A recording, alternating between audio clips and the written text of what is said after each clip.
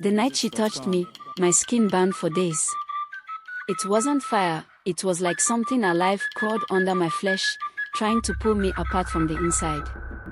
My name is Kwesi, and I'll never forget what happened when I was 18.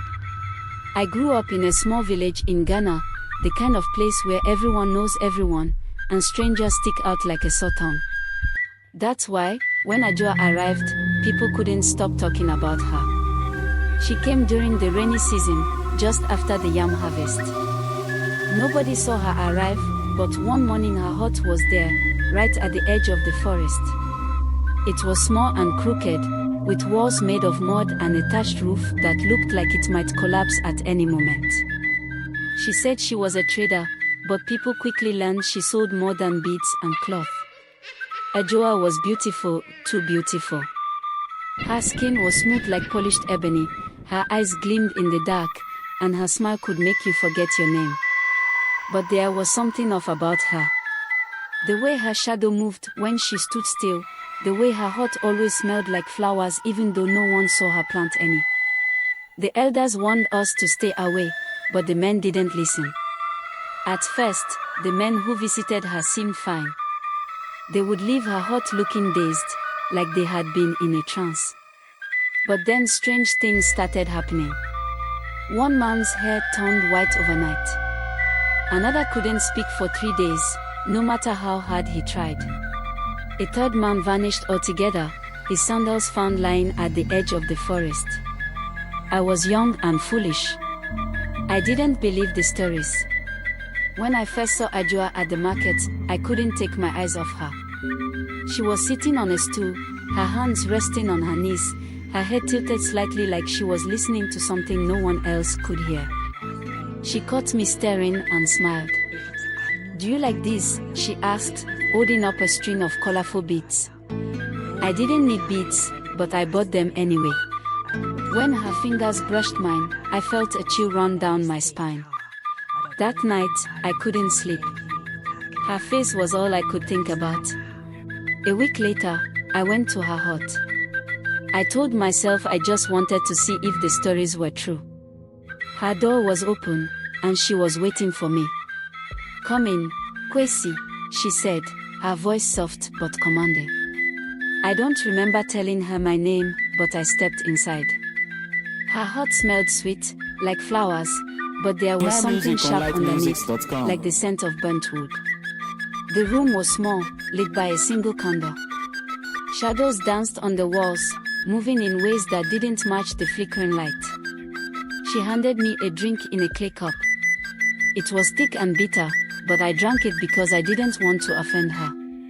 Almost immediately, my head felt light, and my vision blurred. "You're special," she said, her eyes locked on mine. "The forest likes you."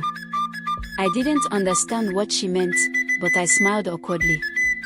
That's when I noticed the shadows. They weren't just on the walls, they were moving across the floor, crawling around my feet like snakes.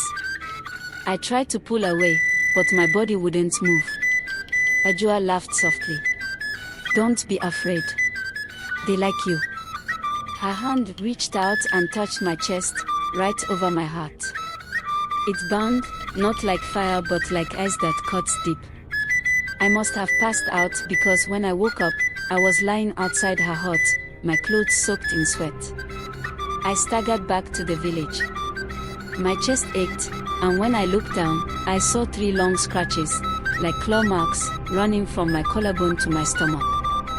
The elders were waiting for me. They didn't say a word, just dragged me to Nana Abina's house. She was the oldest woman in the village, and everyone said she knew things. She touched him, Nana Abina said, her voice heavy with fear. "He has to leave."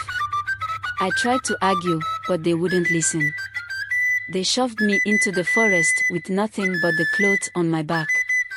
I wandered for days, eating roots and drinking from muddy streams. At night, I heard whispers in the trees. Shadows followed me, twisting into shapes that looked like faces. I thought I was losing my mind. Eventually, I found another village. They took me in, but I didn't tell them what happened. I thought I was safe until I saw her again, Ajoa, standing at the edge of the forest. She didn't move, just stared at me with those piercing eyes. That night, I dreamed of her touch, of the shadows crawling under my skin.